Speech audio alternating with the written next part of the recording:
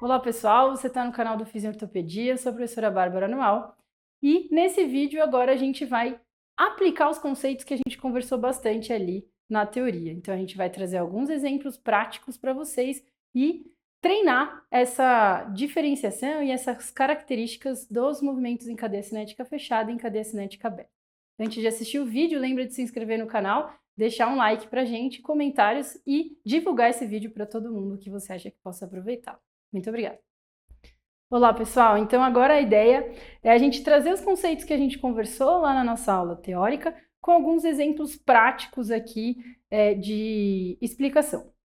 A gente vai começar pelos exemplos que a gente deu lá na teoria, referentes à cadeira extensora e ao agachamento. Então, vamos lembrar. Principais características aí de um exercício em cadeia cinética aberta. A gente vai ter o segmento distal, que no exemplo da cadeira extensora vai ser o pé, livre, se movimentando. A gente vai ter predominantemente uma articulação trabalhando e, consequentemente, um único grupo muscular de ação predominante. E a gente vai ter aí as forças de cisalhamento passando pela articulação. Então, a gente não está tendo nenhuma força de reação em resposta a uma carga imposta ao solo, por exemplo, ou alguma plataforma. Lembra que o segmento distal aqui em exemplo está fixo. Então, eu vou pedir para a minha paciente em questão aqui realizar o movimento de extensão de joelho. Lembra que aqui a gente está usando um exemplo para ser mais didático e mais prático para vocês. Então, a discussão não é sobre o exercício, mas sobre a característica que envolve aí cadeia aberta e fechada.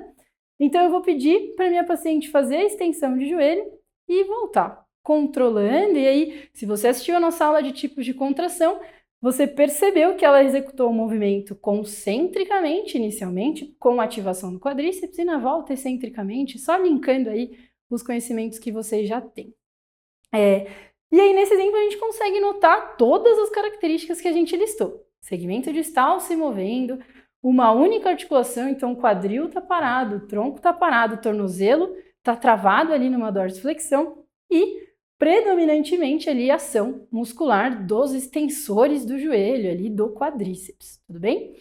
E se a gente não está tendo uma força de reação e resposta, a gente está tendo aqui muito mais forças de cisalhamento passando. E eu não quero dizer que a gente não tenha a compressão natural que os músculos vão gerar ali na articulação, mas que predominantemente tem muito mais força de cisalhamento. Esse é um exemplo que você pode testar em casa. Sentado numa cadeira com o pé livre, faz um movimento de flexo e extensão de joelho com a mão ali na patela femoral e observa que às vezes é nítido esse cisalhamento acontecendo, se for difícil para vocês visualizarem. Tudo bem? E agora, pessoal, seguindo aí a nossa linha de raciocínio, a gente vai mostrar um exemplo de um exercício que a gente discutiu lá na teoria, que é um grande clássico de exemplo de exercícios em cadeia cinética fechada, que é o agachamento. Relembrando as principais características dos movimentos que acontecem em cadeia cinética fechada. Então, a gente vai ter agora o segmento distal sendo o pé ainda fixo, agora no exemplo do agachamento fixo no solo. A gente vai ter mais de uma articulação trabalhando, consequentemente mais de um grupo muscular trabalhando, e agora a gente vai ter forças compressivas passando nas articulações, porque a força peso, né, e a força que a gente está executando, fixando o nosso pé no solo, vai gerar uma força de reação do solo que vai gerar essa compressão nas nossas articulações, que é um ponto muito importante a ser considerado quando a gente pondera a utilização do exercício em cadeia fechada ou não. Pensa no seu paciente que ainda não pode dar descarga de peso no membro. Esse é um tipo de exercício que talvez não seja a hora de executar, por mais que a gente tenha conversado lá na teoria que exercícios de cadeia fechada conversam mais com atividades de membro inferior, a gente tem que entender as características para entender se é hora de fazer aquele exercício ou não. Então, vamos observar a nossa paciente realizando o agachamento. E aí, todos os exemplos muito claros durante a execução. Então, o pé ali, fixo no solo. A gente tem mais de uma articulação trabalhando.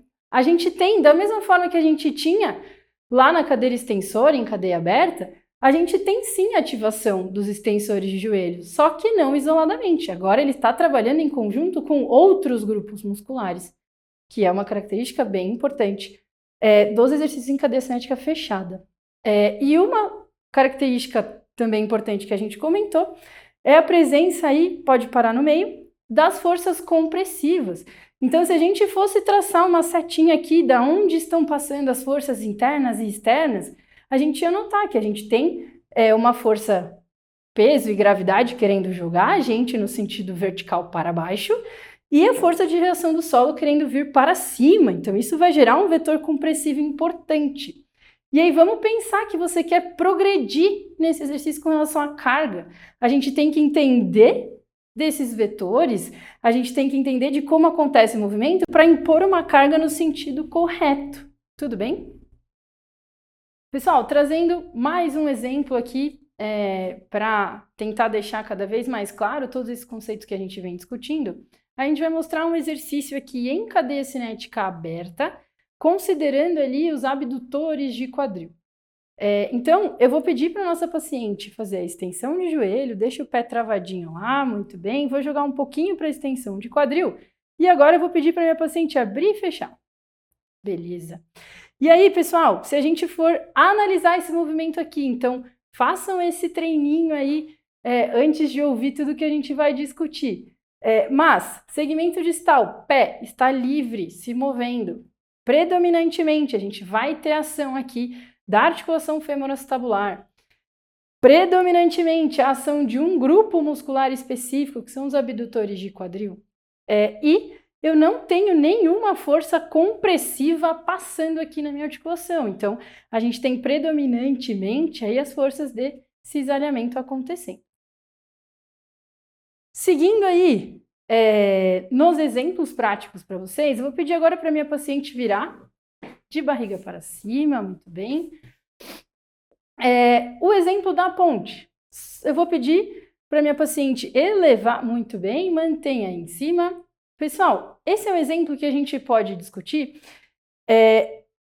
encaixando todas as características. Então, o meu segmento distal agora fixo, diferente do exemplo anterior, a gente vai ter, sobe e desce, por favor, subiu, predominantemente aí, ação de uma articulação, mas não isoladamente. Então, se a gente conseguir ter um olhar um pouquinho mais aprofundado, a gente vai ver que a gente tem movimentos de tronco importantes acontecendo, movimentos de quadril importantes acontecendo e movimentos de joelhos complementares ali para que seja possível essa movimentação.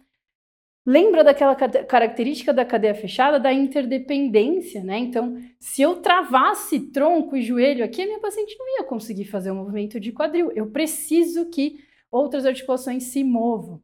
E aí a gente vai ter ação importante dos extensores de quadril para fazer tudo isso e trabalhando, né, de forma sinergista os meus isquios tibiais, que são importantes flexores de joelho, mas também são importantes extensores de quadril. Então, uma maneira da gente pensar na introdução da ativação desses músculos, desses grupos musculares em cadeia cinética fechada, sem a gente ter uma força compressiva tão grande passando pela articulação.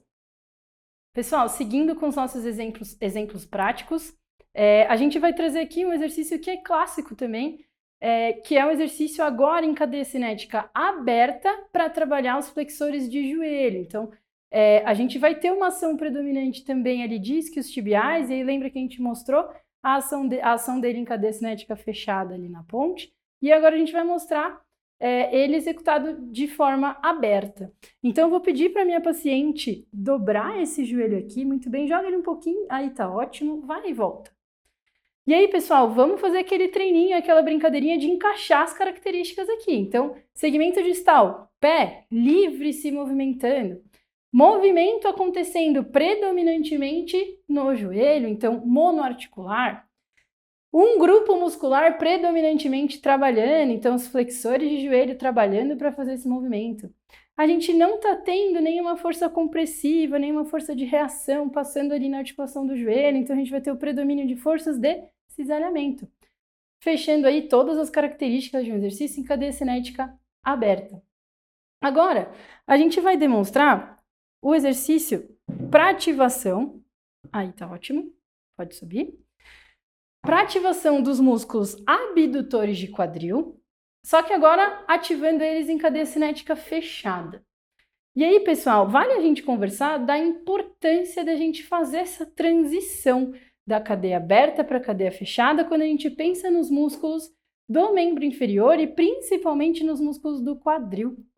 Os músculos do quadril, eles têm a tendência a trabalhar muito mais em momentos de cadeia cinética fechada, então não está errado a gente fazer o exercício em cadeia aberta, só que eu preciso evoluir de alguma forma na reabilitação, trazer essa ativação também na cadeia cinética fechada, principalmente se a gente está pensando ali na aprendizagem motora, se a gente está pensando ali em funcionalidade, devolver alguma atividade específica, né? Então a gente tem que entender quais são as demandas, mas predominantemente a gente vai priorizar aí uma ação em cadeia cinética fechada para os músculos de membro inferior.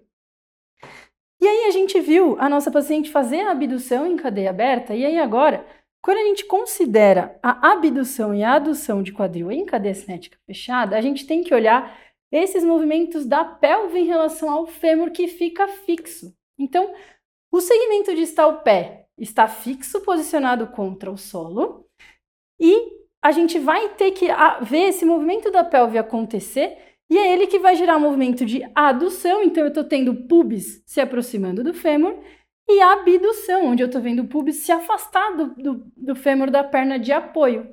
E aí a gente consegue ter uma ativação dos abdutores de quadril em cadeia cinética fechada, com segmento distal fixo, mais de um grupo muscular trabalhando, mais de uma articulação trabalhando e forças compressivas passando ali na articulação do quadril, principalmente. Tudo bem? Bom, pessoal, agora a gente vai trazer um exemplo de exercício em cadeia cinética fechada para o segmento do membro superior. Lembrem-se que a gente conversou lá na aula teórica que, funcionalmente, os movimentos de membro superior costumam acontecer em cadeia cinética aberta. Então, é importante a gente saber identificar quando que a gente vai estar trabalhando esse segmento em cadeia cinética fechada, como que isso acontece e como que a gente consegue transpor isso para uma cadeia cinética aberta. Tudo bem? Então, eu vou pedir para a minha paciente fazer a posição como se fosse a posição da flexão de braço, muito bem. E aí agora eu vou pedir para a minha paciente fazer aquela postura do gato quando fica bravo, muito bem. Agora desce lentamente e sobe.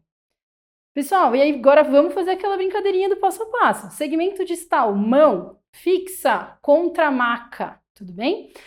A gente tem predominantemente aí forças compressivas passando nas articulações do membro superior, porque a gente está criando esse vetor de força de reação do solo que realiza essa compressão, tudo bem?